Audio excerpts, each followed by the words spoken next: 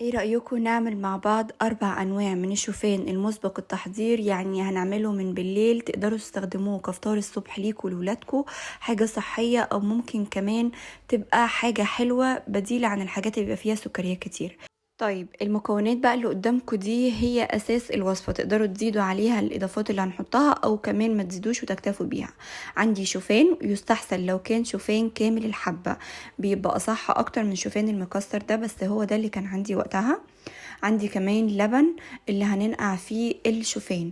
اللبن لو انتوا عندكم حساسية من اللاكتوز تقدروا تضيفوا لبن خالي من اللاكتوز او لبن نباتي، حليب اللي هو حليب جوز هند او حليب اللوز براحتكم. عندي زبادي وعندي كمان عسل، ده هيبقى كمحلي طبيعي للطبق اللي هنعمله. تقدروا تستبدلوه بدبس التمر لو عندكم، او كمان ميبل سيرب لو عندكم، او حتى عسل اسود، بس تبقوا متأكدين ان هو يبقى عسل اسود خام مش مضاف عليه سكر. دي المحليات بتاعتنا.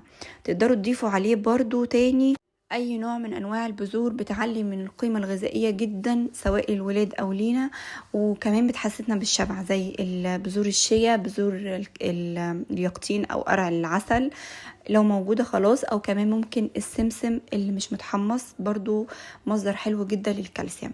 بقى الاضافات التانية اللي جنب اللي هي غير الاساسية، تقدروا تضيفوا اي نوع من انواع الفواكه المجففة، تقدروا تضيفوا زبدة فول سوداني او سوداني برضو، او اي نوع من المكسرات، كاكاو، جوز هند، شوكولاتة دارك. هنعرف بالظبط دلوقتي ايه الحاجات اللي هنضيفها، ولكن زي ما قلت لكم لو هتكتفوا بالاساس بس هيبقى تمام وزي الفل.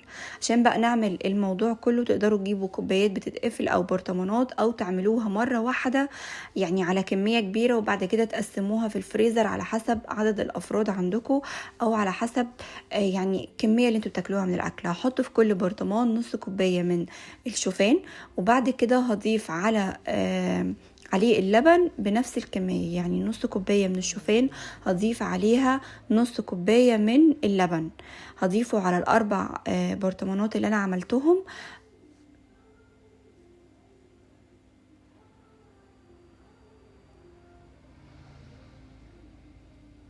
بعد كده هضيف الزبادي، هضيف نص كمية اللبن او الشوفان، هحط ربع كوباية على كل كوباية شوفان، يعني هحط على كل واحدة منهم ربع كوباية.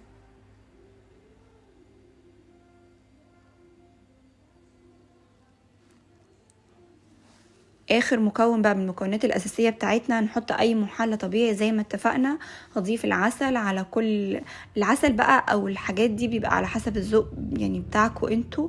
فانا حطيت على كوبايتين منهم معلقه مش مليانه قوي، وكوبايتين الباقيين برضو معلقه حلوه مليانه على الاتنين، وهقلبهم بقى كويس. اقلبهم كويس خالص قبل ما اضيف اي اضافات عاديه. تقدروا تغطوهم بقى خلاص، تحطوهم في التلاجة، وبعد ما الصبح يعني تقدروا تاكلوهم على طول من غير اي اضافات. علشان بقى انا هضيف شوية من الاضافات كده تعلي القيمة الغذائية. هحط على واحد حبتين من التين المجفف، وعلى واحد تاني هحط زبيب، وهحط اي نوع مكسرات عندي. انا عندي الولاد مش بيحبوا المكسرات او عين الجمل ياكلوها كده، فبحاول ان انا ادخلها لهم في اي حاجة بيحبوها.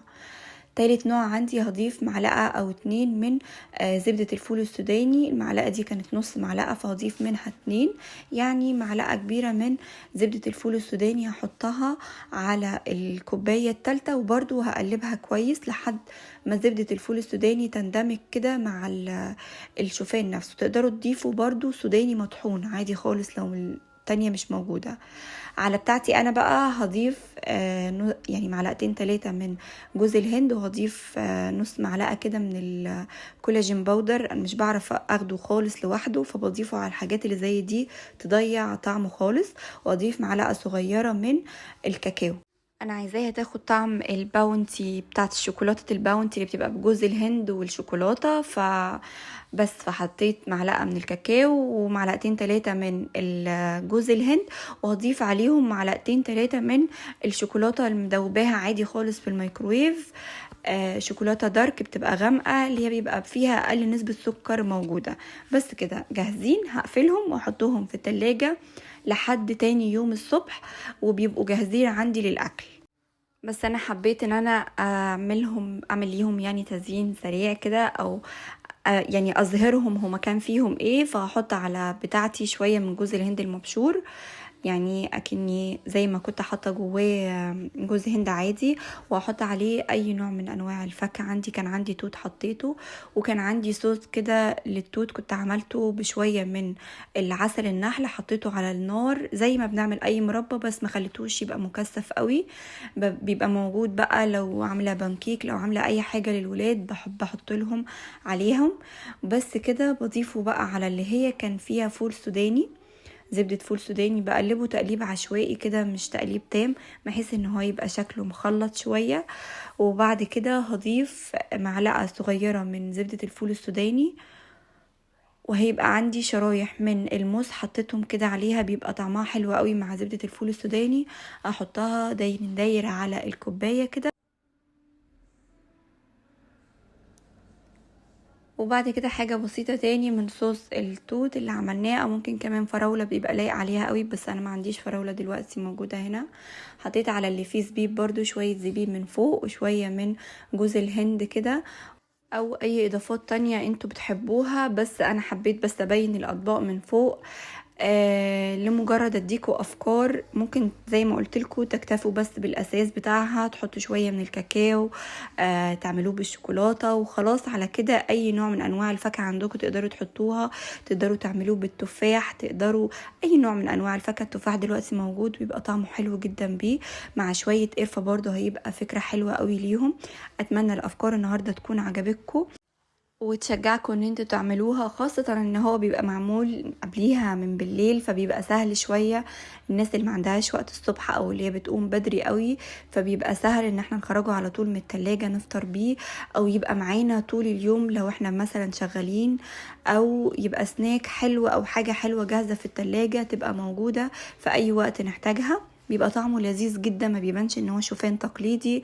اللي مش بيحب الشوفان يجرب نوع او اتنين من الانواع دي هيحبوا جدا. اشوفكم ان شاء الله في وصفة جديدة عن قريب. مع السلامة.